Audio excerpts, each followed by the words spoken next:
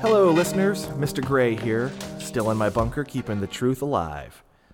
Tonight's story had me very concerned when I received it, and I feel that sharing it with you is of the utmost importance. However, before we get started, there's a matter I feel that needs some addressing. My name is Mr. Gray, not Mr. Gray. I've noticed several people getting the inflection wrong, pronouncing it gray instead of gray. I knew a Mr. Gray once, and he was not a pleasant man, and I'd hate to be confused with him. So remember, Gray, not Gray. Now that we've cleared that up, let's get to the important business of tonight's tale. Glenn Kerner has written in with a harrowing tale that reminds us why we must stand ready.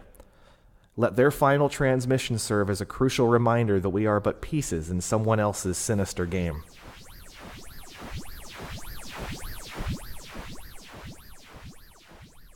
Hello, Mr. Gray.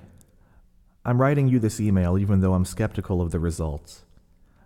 I don't know if it'll do any good or even if it will matter at all in the long run, but I have to tell what I know. Maybe you can get the word out on your radio show, assuming it isn't too late already. At the very least, I can die with a clear conscience. My name is Eric Gibson, and my story begins 2 years ago when the aliens came to me for the first time. Back then, I was a sales rep for an auto parts distributor. I was driving home late at night from a business conference the company had forced me to go on, my headlights barely showing what lay ahead as the rural road didn't have any lights to assist. The roadside motel where I was checked in was still out of sight, but I knew I'd get there for a good night's sleep before too long. At least that's what I thought. My car unexpectedly stopped. The engine just shut off, as did the lights. I tried to restart, but the ignition only clicked, the motor refusing to show any signs of life. I took out my phone, but the touchscreen was blank and stubbornly ignored my attempts to make it work. I looked around to see if there were any cars nearby, but there was only darkness. I was alone, miles from anywhere. It was then I noticed a single point of light in the sky. At first, I thought it might have been a star, but it had been overcast all day and no other stars were visible. When I saw it was moving, I considered it could have been an airplane. If only it had been something so benign. As the light approached, it grew brighter, illuminating the area around my car to many times the light of day. There was no sound of whatever it was, even when it halted above my car. The light was so bright it stole my vision until all I could see was the brightness itself. It was in that very moment I lost consciousness. I awoke in a place unlike anything I'd seen or imagined. I was suspended horizontally in midair, but I couldn't see what was responsible for keeping me afloat. Any movement, with the exception of my eyes, was impossible, but no restraints or cables were visible anywhere. I saw something resembling either crystal or glass to my left, just beyond my shoe. The structure reached up from the floor, or descended from the ceiling for all I knew, but it was curved outward as it followed the invisible exterior of a bubble around me. A second structure was to the side of my right shoe, and two more flanked my shoulders. While being completely transparent, a colored liquid resided within the crystalline forms. The fluid was gelatinous and shifted between shades of purple and green, moving slowly in short pulses like alien blood being pushed along by an unseen heart. The air was dry and cold. I was surprised I couldn't see my breath.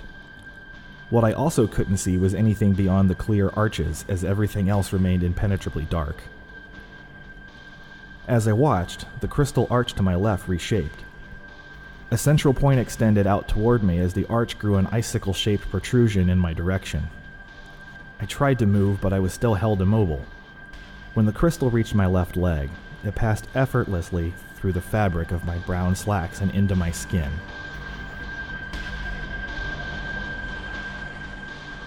I wanted to scream as the crystal icicle grew deeper into my leg, as if searching for the bone underneath the flesh, but I couldn't do anything but helplessly hover in place. The gelatinous fluid suddenly turned red in color, but I didn't know if that was a natural function or a result of my blood. What I did notice was the waves of pain in my leg diminished until they were gone. The alien device in my leg changed shape again, growing sideways along the length of my leg bone. Have you ever felt an insect crawling on your skin? It was a similar sensation, except it was along my skeleton, underneath my skin and muscle. I'd been so completely focused on the first probe, I hadn't noticed the second until it grew into my right leg and performed an identical procedure. Suspecting what was coming, I turned my eyes upward and saw the clear arches near my shoulders start to grow. I was stuck in both arms, and the crystal icicles reached the bone before they grew down the length of my arms to the tips of my fingers. More icicles grew from the arches and ran through me at least a dozen more places, making me feel somewhere between a human pincushion and a lab animal being pinned to a dissection tray. The crystal arches started to sing, similar to a champagne glass struck by another, and a humming vibration traveled through the crystalline structures, reverberating through my skeleton in identical resonance patterns. The crystals changed the color of their internal fluid once again, becoming brighter and brighter shades. They turned orange, then yellow, and finally white. After becoming pure white, they began glowing softly, but the intensity increased until I was blinded once more. I could change the direction of my eyes, but I couldn't close them.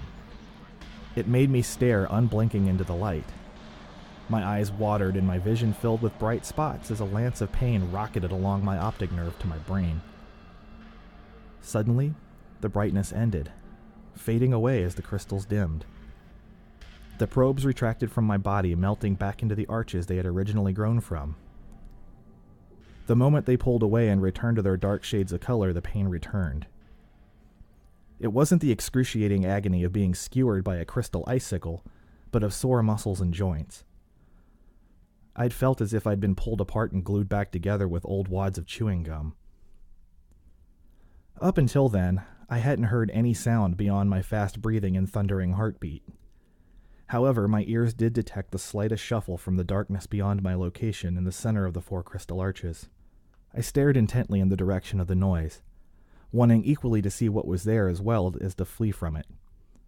I will never forget what happened when my abductor stepped into the light, and for the first time in my life, I beheld a living, breathing life form from a world not my own.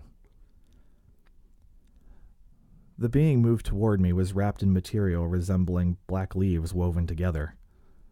The skin showing was maroon in color and possessed a pebbly texture, but it was also flexible, rippling with every sinuous movement the creature made. My first impression was heightened by the 3-fingered hand it raised. Each finger was about 5 inches in length and resembled tentacles. The head of the creature was squat and rounded over, and a pair of eyes resided on top, and a second on the sides where human ears should have been. The eyes, unlike the standard round irises of humans, were composed of a pair of angled slits forming an inverted V shape. The remainder of the eye was electric blue and glowed in the darkness of the room. Taking a device from inside its clothing, it held the egg-shaped component toward me. The silver egg lit up like moonlit fog, and the crystal arches began to move. They didn't grow, but they turned around me like the spinning rings of a gyroscope. As the arches spun with greater and greater speed, I was slightly disturbed by the fact I couldn't hear them in motion. The color of the fluid trailed after the spinning arches as if unable to keep up with their momentum. At full speed, the arches were no more than a blur, but the trailing color of the gel illuminated a sphere around me.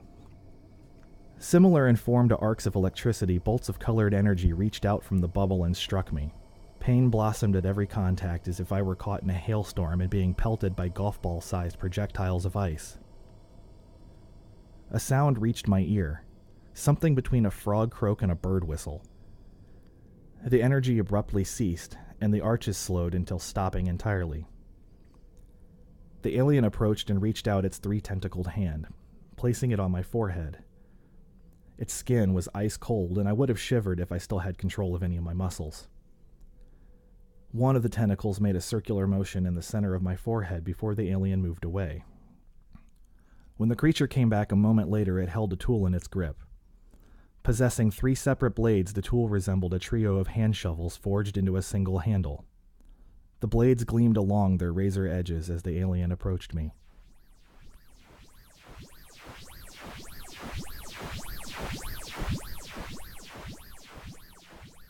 Mr. Gray again, guys. I don't have much time. But they're coming. You need to run. You need to run far. You need to run fast. Get out while you still can. I'm sorry.